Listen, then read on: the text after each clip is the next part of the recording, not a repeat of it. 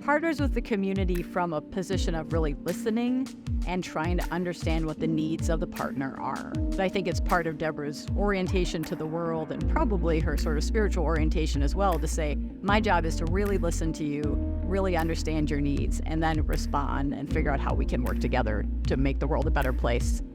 But not through what I need, but through what the partner really needs. Partnerships involve tacos and sex ed, and partnerships involve dirt and seeds.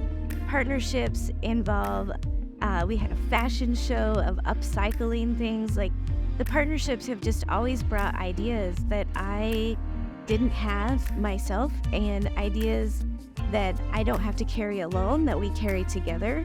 And I think that's like the beauty of partnering. We can share the burden and we can share the work, and we don't have to do it alone. And we can have a lot of fun. Urban Abbey and Reverend Deborah is a brilliant partner and collaborator and visionary for the change that needs to happen in this community. So not only are we working on leadership development, but we're working on gender equity, we're working on all things social justice. She's creative, she's fun, and really does everything she can to create meaningful impact. Unfortunately, there's a lot of people who will use their faith as a way to divide folks, but I think that Deborah's being a person of faith and a leader in the faith community shows that we can use faith to bring people together, that it can be about inclusion. It's not about us against them, but that real faith is about how do we make room for everybody at the table. We often have a tender and tough relationship with the larger church, and we are always kind of pushing on the edges of some of the boundaries around inclusion, around being really verbal and vocal about human rights, about body autonomy, about reproductive rights, transgender young people being able to access healthcare.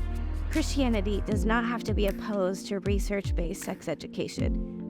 It doesn't have to be opposed to human rights and reproductive rights. It's not. If you dive deep into the tradition, like, we're well rooted in this Christian tradition, despite what some other folks may say. Well, this is what I really appreciate about the Urban Abbey, is they don't view sexuality and spirituality in conflict. I think it's wonderful the fact that they host the Drag Queen Story Hour, that they enthusiastically host sex ed classes. That means that there is a place for people of many faith traditions that support open, honest, complete access to sexuality education. I think that is a beautiful part of how they approach sexuality and spirituality. I think Drag Story Hour is really a lovely, fun, essential space. And I think it's a need for our community, and we can see that in the numbers of people who come. And post-pandemic, what really happened in Drag Story Hour is that families with gender-creative kids had a safe space to be who they are, and their kids could wear whatever they wanted. And then after the story and during the craft, the story time became a time when parents would talk to each other and talk to me about the resources they need, about the grief they are carrying, about grandparents who don't want to talk to them anymore because their kid wore a barrette or painted fingernails. Just heartbreaking. And the more people are hostile towards the story time, the more legislation, the more negative emails I receive, the more threats we receive, the more people actually come.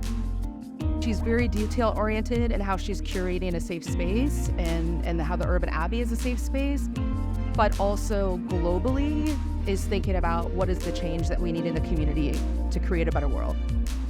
That's the partner we need.